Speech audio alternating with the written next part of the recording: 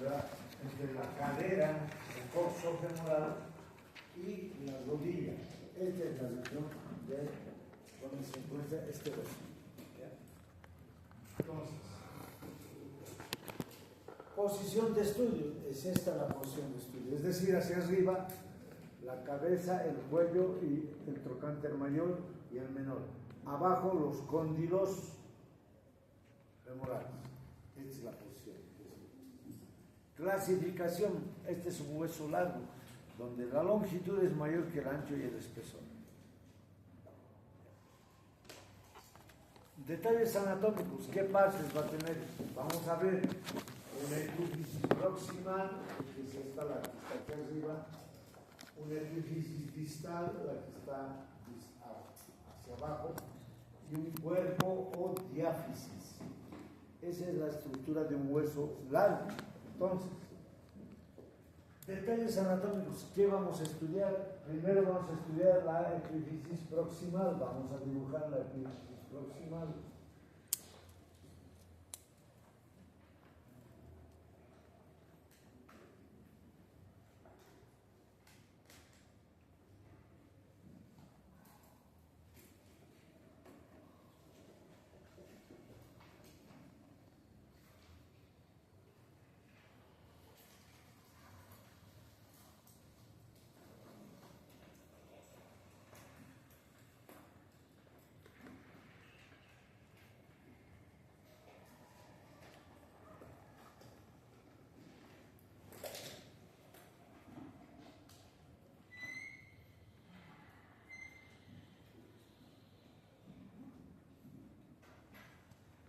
Entonces, la epífisis proximal. ¿Qué es lo que vamos a encontrar en la epífisis proximal?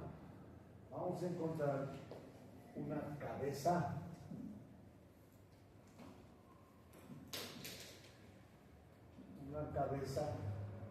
un cuello,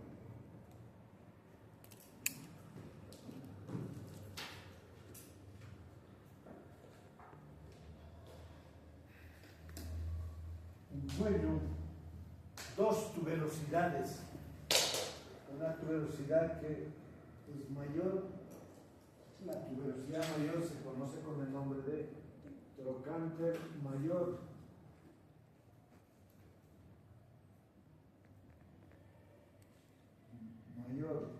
Si hay un trocánter mayor, debe haber un trocánter menor. Este es el trocánter menor. Entonces, esto es lo que se encuentra a la vista anterior. ¿Qué otra estructura vamos a encontrar? Entre el trocánter mayor y el menor vamos a encontrar una cresta. ¿Qué es una cresta? Esta cresta se llama cresta intertrochanteria anterior.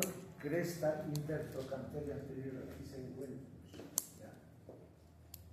Cresta interior, entre el trocánter mayor y el menor, la cresta intertrochanteria anterior. Bien, entonces, ahora vamos a hablar, ¿para qué sirven pues estas estructuras? ¿Cuál es la importancia desde el punto de vista anatómico, funcional y patológico? Porque eso es lo que, esa es la aplicabilidad que tiene. ¿Por qué debemos estudiar huesos? A ver, ¿por qué creen? A ver, alguien me puede decir, ¿por qué debemos saber los huesos? ¿Para saber la inserción de los músculos? Ya, para saber la inserción de los músculos, muy bien. Uno, ¿cuál sería la aplicación en clínica? Fracturas. Entonces, ¿en qué especialidad? Traumatología. Traumatología, muy bien. Cuando hay problemas también aquí de estas regiones inflamatorias, ¿en qué especialidad tenemos que dominar esto? Hay una especialidad muy importante de articulaciones, la reumatología. En reumatología tenemos que saber perfectamente todas las articulaciones. Cuando ustedes van a llegar a quinto año, ahí está la reumatología, que es todas las articulaciones tienes que dominar. Así es. ¿En qué otra especialidad más debemos saber? Ya hemos dicho traumatología, reumatología, radiología, imagenología. En la imagenología, ahí sí debemos saber todos los huesos del cuerpo humano, porque tenemos que leer una placa radiográfica, ¿no? Y tenemos que saber qué estructuras vamos a describir normalmente y cuál es la aplicabilidad de esta descripción anatómica, si hay alguna lesión, ¿no? Tenemos que explicar. Entonces, en imagenología, hoy en día más bien, tenemos muchos métodos para poder describir la radiografía simple y corriente, la ecografía, la tomografía axial computarizada, la resonancia magnética, la centellografía, o sea, son muchas especialidades, subespecialidades de imagenología que nos permiten describir este hueso. O sea, no solamente este hueso, cualquier hueso que hay, cualquier hueso, por fuera y por dentro tenemos que ver. Entonces, esa es la aplicabilidad del conocimiento, porque algunos dicen, ignorantes dicen, no, ¿para qué me sirve saber este hueso? Cuando ya pasan los 50 años, se fracturan la cabeza del fémur, recién están averiguando cuál había sido el fémur. Bueno, entonces, la cabeza del fémur se va a articular con el cóndilo. Este es el cóndilo, aquí está el cóndilo. Este es el cóndilo del coxal. Entonces, ahí se va a articular así. Y va a formar, ¿qué cosa? La articulación coxofemoral, ¿ya?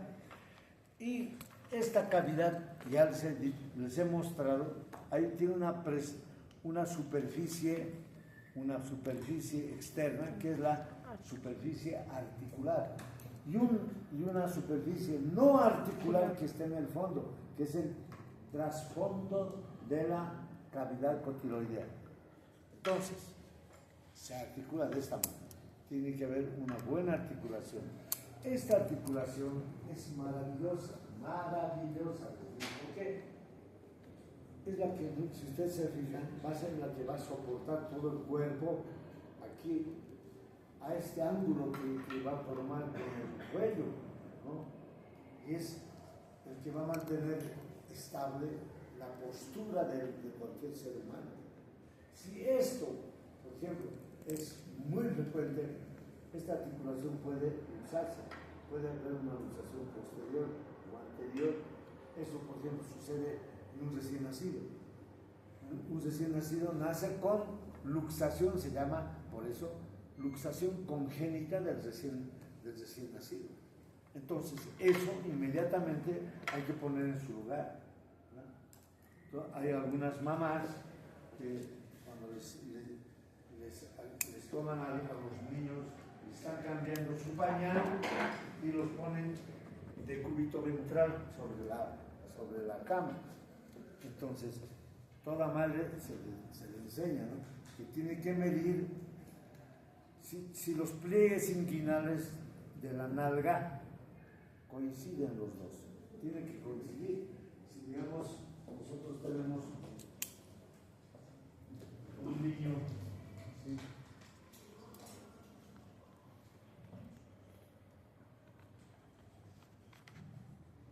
exactamente tienen que coincidir los dos pliegues inguinales, ¿ya?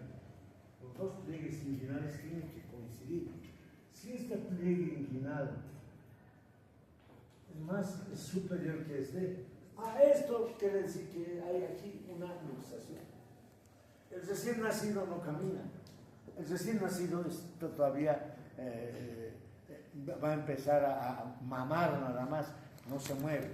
Pero este es un examen que nosotros los médicos debemos hacer, ¿ya?, o la mamá, pero se les enseña. A ver, nos va a decir si los dos pliegues glúteos, que vamos a hablar enseguida, o sea, después de este tema vamos a hablar del pliegue glúteo, ¿no? Vamos a hablar del glúteo. Entonces, Si no coincide, entonces aquí quiere decir que hay una luxación y es de esta lado. Luxación congénita significa que hay. Entonces inmediatamente nosotros indicamos, a ver, sáquese una radiografía, ahora ya todos los métodos. Antes era simplemente por este detalle, sacábamos una radiografía, ya veíamos, hay que ir a operar, así es.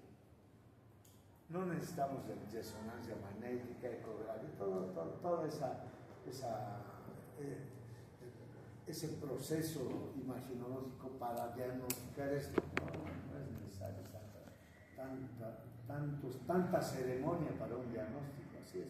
Entonces encontramos esto y tenemos que operar sobre la marcha, colocar esa articulación coxofemoral en su lugar.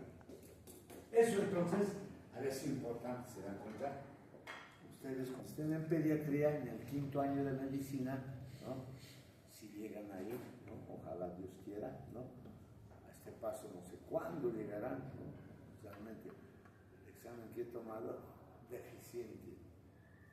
Todo lo que se preguntaba, no saben ni definir, todavía les he dicho, ¿no?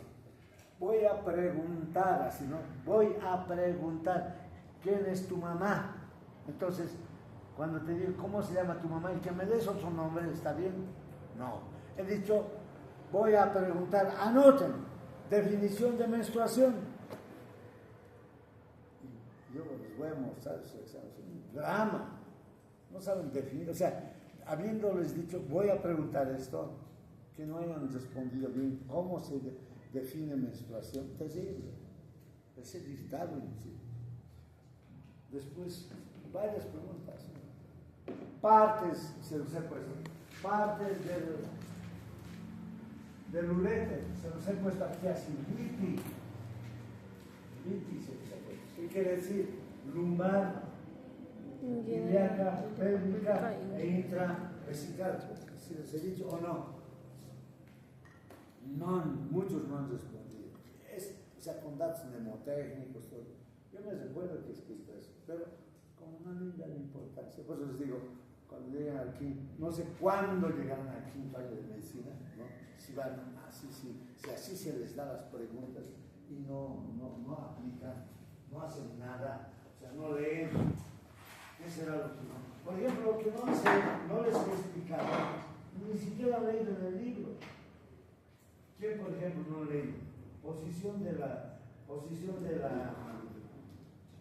útero. No les he dado en clases, pero está en el libro. Ustedes leen el libro. ¿Cuál es la posición del útero? Ante, reverso, flexión. Me han respondido 2 alumnos. Entonces, por eso les digo, cuando lleguen al 5º año, no sé cuándo llegarán, ya van a ver pediatría y van a encontrar a esos niños. ¿No? Y van a ver que con solo ver que el pliegue no funciona, o sea, hay una desigualdad, ya ustedes tienen que diagnosticar clínicamente. Esto es, ya inclusive pueden apostar su cabeza, decir, esto es luxación congénita de cadera. Saquen la radiografía, ya saca la radiografía, está. El diagnóstico, antes de la radiografía, está. O sea, eso es lo que ustedes tienen que hacer. Entonces, esto vamos a tomar en cuenta, esto de la articulación coxofemoral, vamos a hablar, no ahora, sino después, una vez que hablemos de los músculos más, después de eso, vamos a hablar de esta articulación, maravillosa, les digo. ¿Por qué maravillosa? Gracias a esta articulación nosotros podemos movernos, caminar, subir gradas, bajar gradas, ¿no? Hacer deporte, saltar, bailar. Y como médicos, ¿qué tenemos que hacer? Sostenernos durante unas 2-3 horas de pie para poder operar. Si no tenemos una buena articulación coxofemoral, no podemos hacer nada. Bueno, se puede hacer, ¿no? Pueden ser vicepresidentes de Bolivia, pueden ser senadores, diputados que se sientan nomás ahí y reciben su plata después de un mes sin hacer nada. Entonces, bueno, pero mientras no lleguen a eso, tienen que saber como médicos que esto es así. Esta es la importancia que se tiene para poder averiguar o investigar. Entonces, la cabeza se articula con la cavidad continua. Bien, ¿qué partes va a tener? Estamos viendo. La cabeza es una semi-esfera, no es una esfera completa, semi-esfera, veamos eso. Entonces va a tener un orificio, o diré una depresión acá, una depresión. Aquí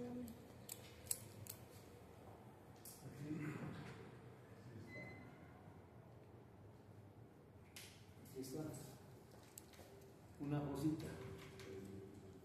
fosita, bueno, le llaman fosita digital, porque parece que el dedo se hubiera introducido aquí. Pero ¿qué importancia tiene esta fosita digital? Aquí se inserta el ligamento, redondo. ¿Qué es el ligamento redondo? Es el ligamento que va a ir a unir la cabeza del fémur con el trasfondo de la cavidad cotiloidea.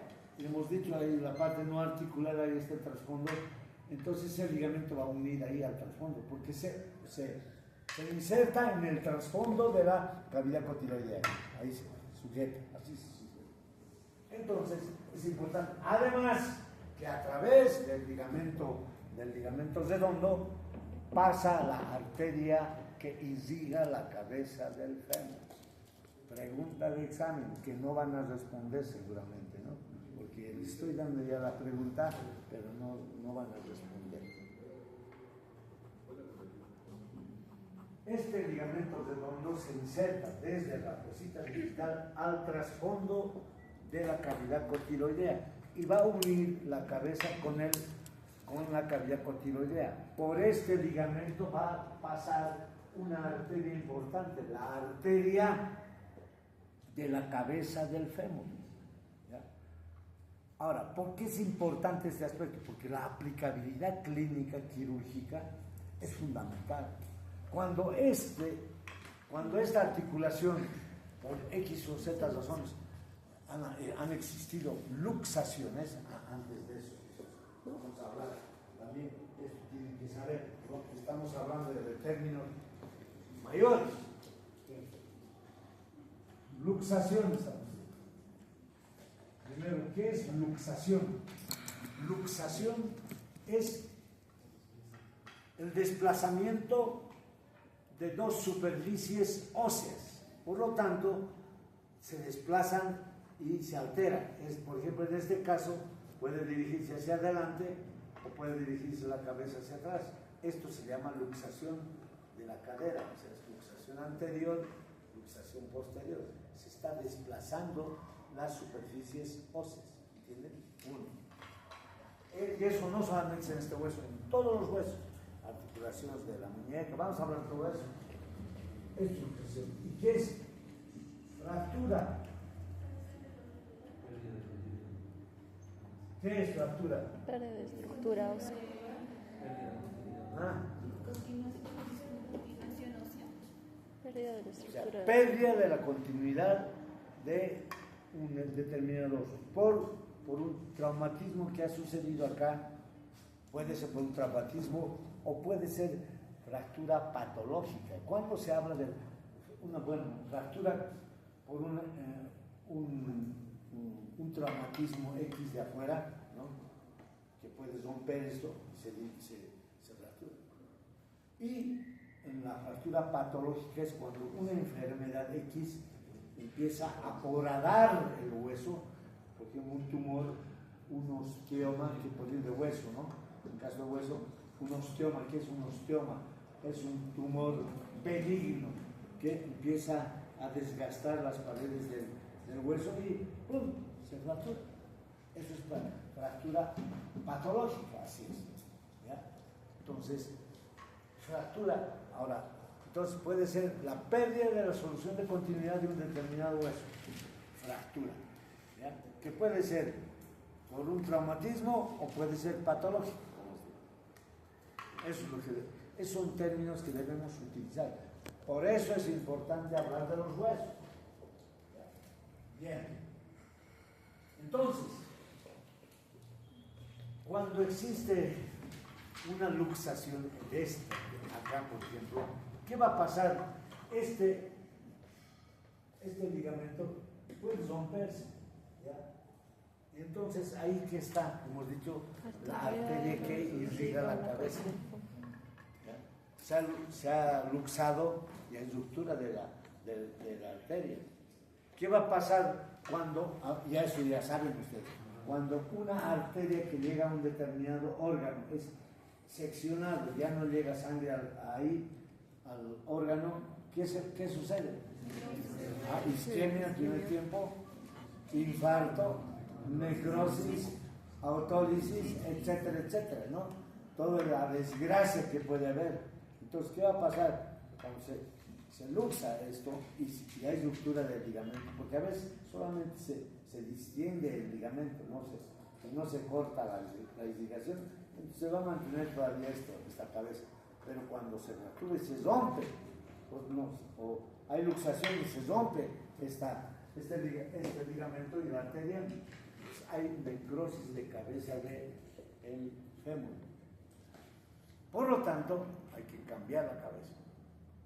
Hay que colocar una prótesis de cabeza. Vamos a hablar mucho más de eso. Bien. Esa es la importancia de la cabeza.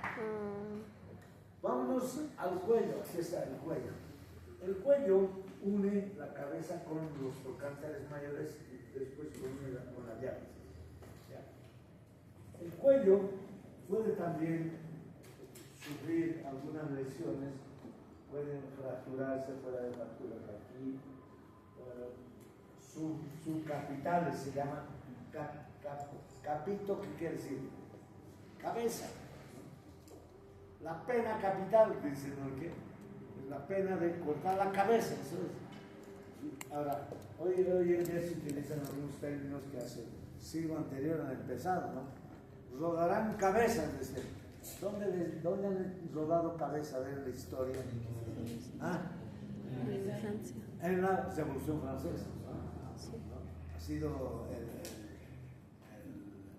que ha hecho cortar cabeza. No era Napoleón. En Francia, ¿quién era? A los reyes. ¿Quién era el líder para hacer cortar cabezas? El líder de la Revolución Francesa.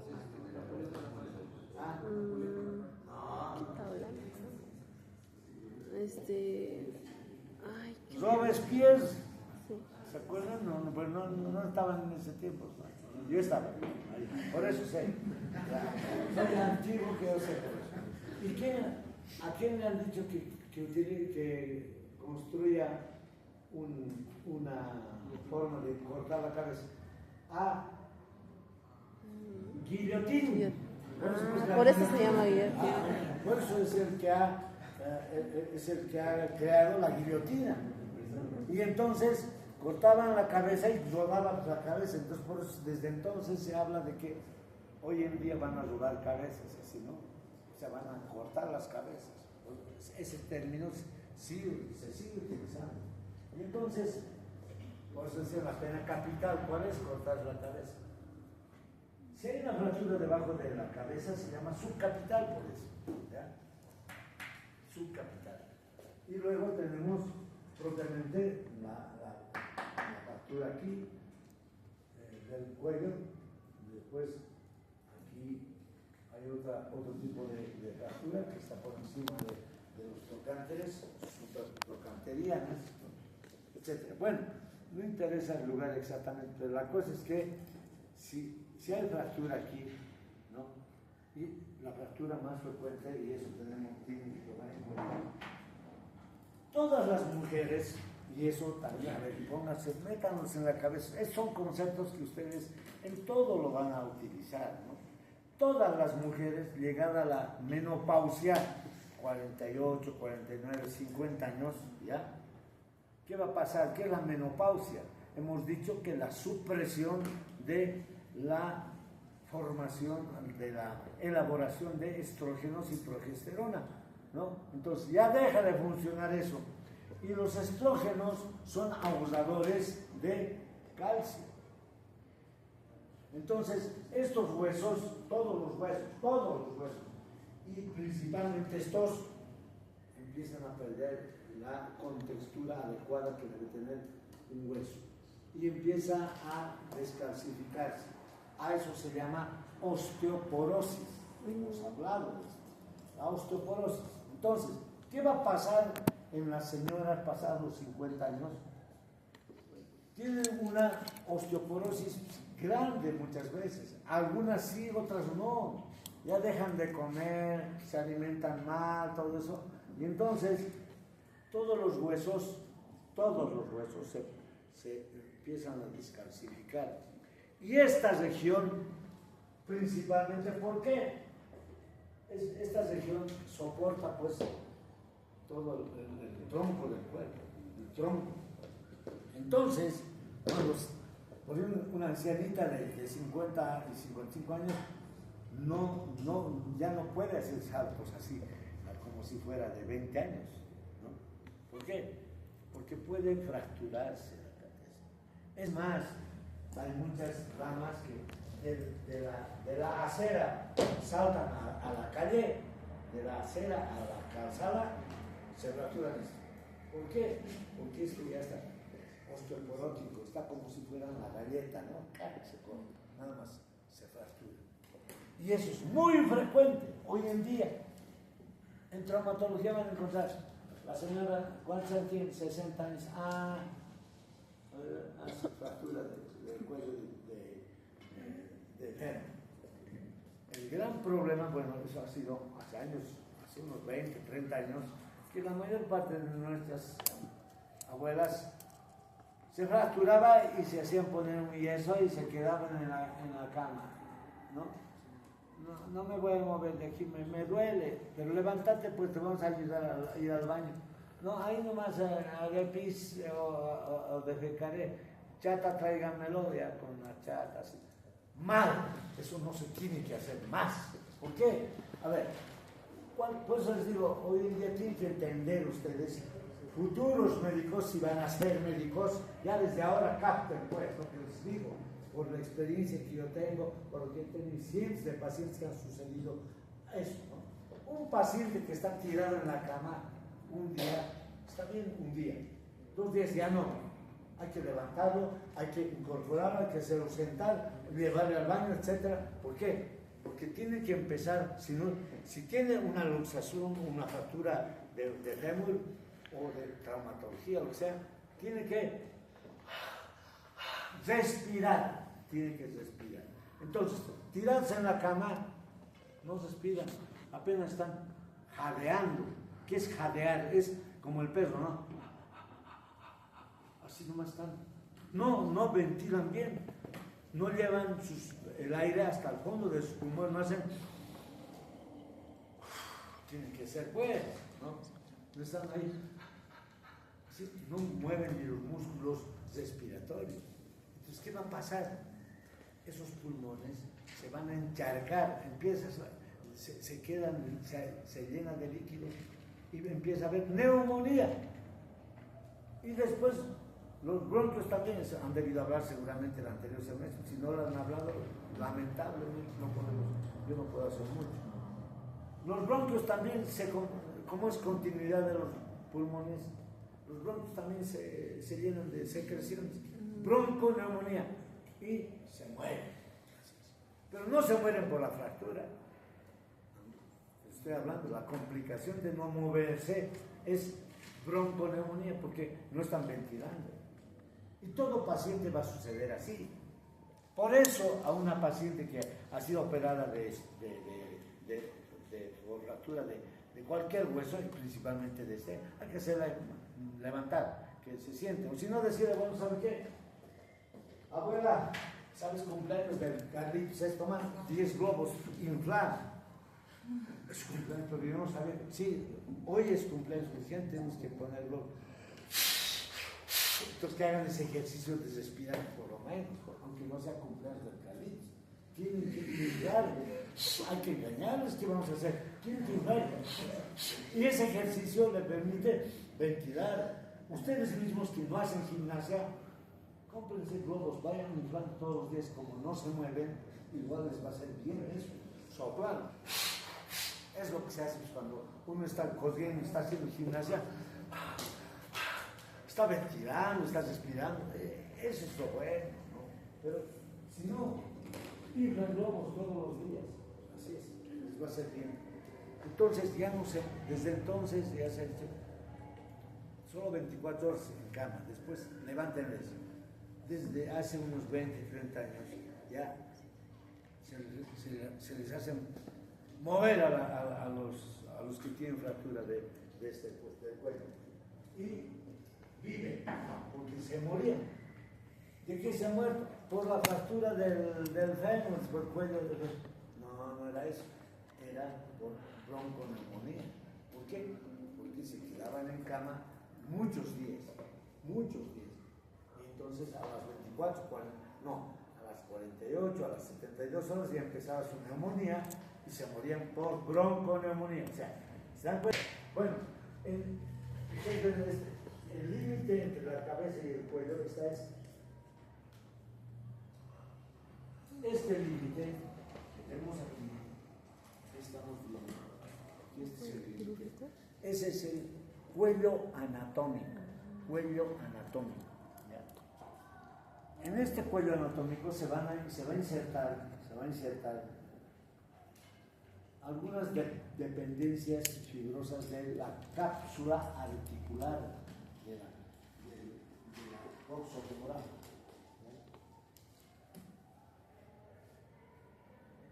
Bien. Nos vamos a dar trocánter mayor. Trocánter mayor. Este es el trocánter mayor. Ustedes en miembros superiores, cuando han estudiado, si se recuerdan, ¿no? Si Dios permite que tengan ustedes buena memoria, el húmero, muchas cosas son parecidas a estas. Si han estudiado húmero, van a saber. En el húmero también hay una tuberosidad mayor que se llama troquíter. Este es trocánter. Y hay la tuberosidad menor, ¿cómo se llama? Troquín. Y este se llama trocánter menor. Hay ciertos parecidos en la epífisis próxima. Bueno, entonces, en este trocánter mayor, si nosotros, esto siempre se ha comparado, ¿no? El trocánter mayor, si nosotros lo vamos a estudiar, vamos a ver que tiene esta forma.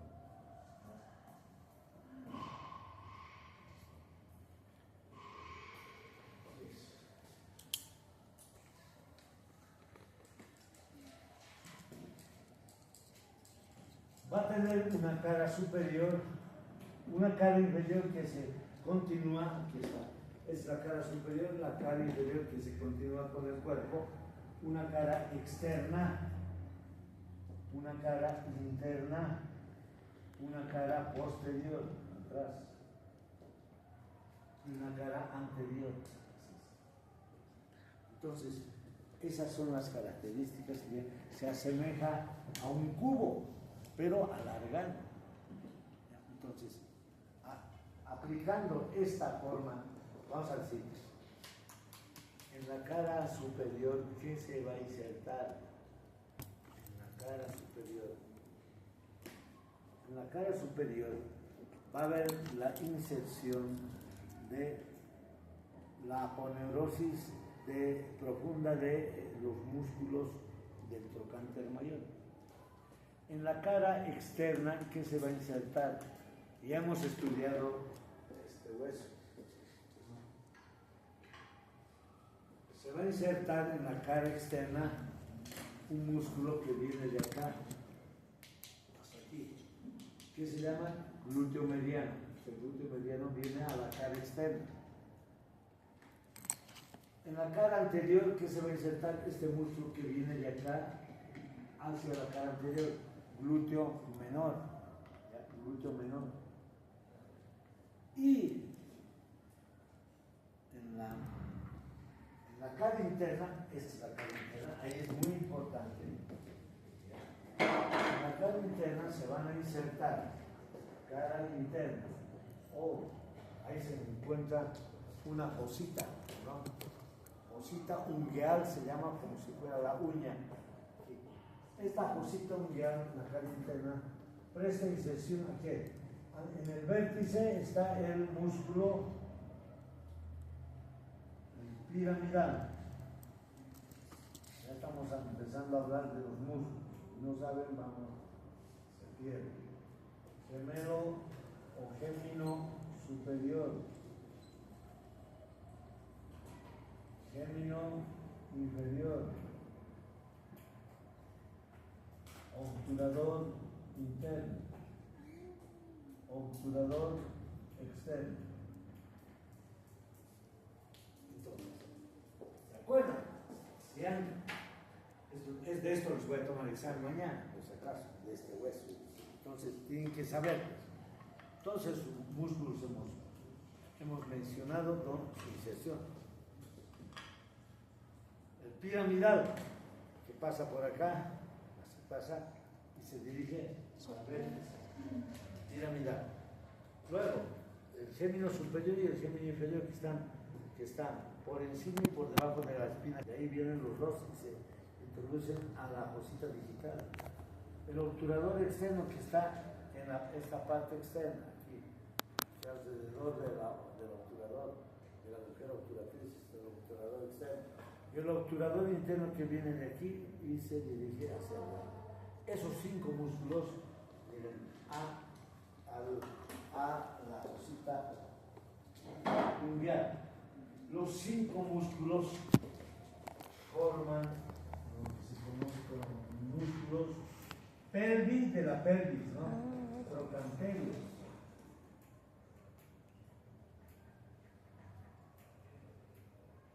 Entonces, van a ir de la pelvis al trocánter mayor, por eso se llaman pelvitrochanterios. O por su función, ya estoy empezando a hablar porque no se puede dejar de mencionar, es así.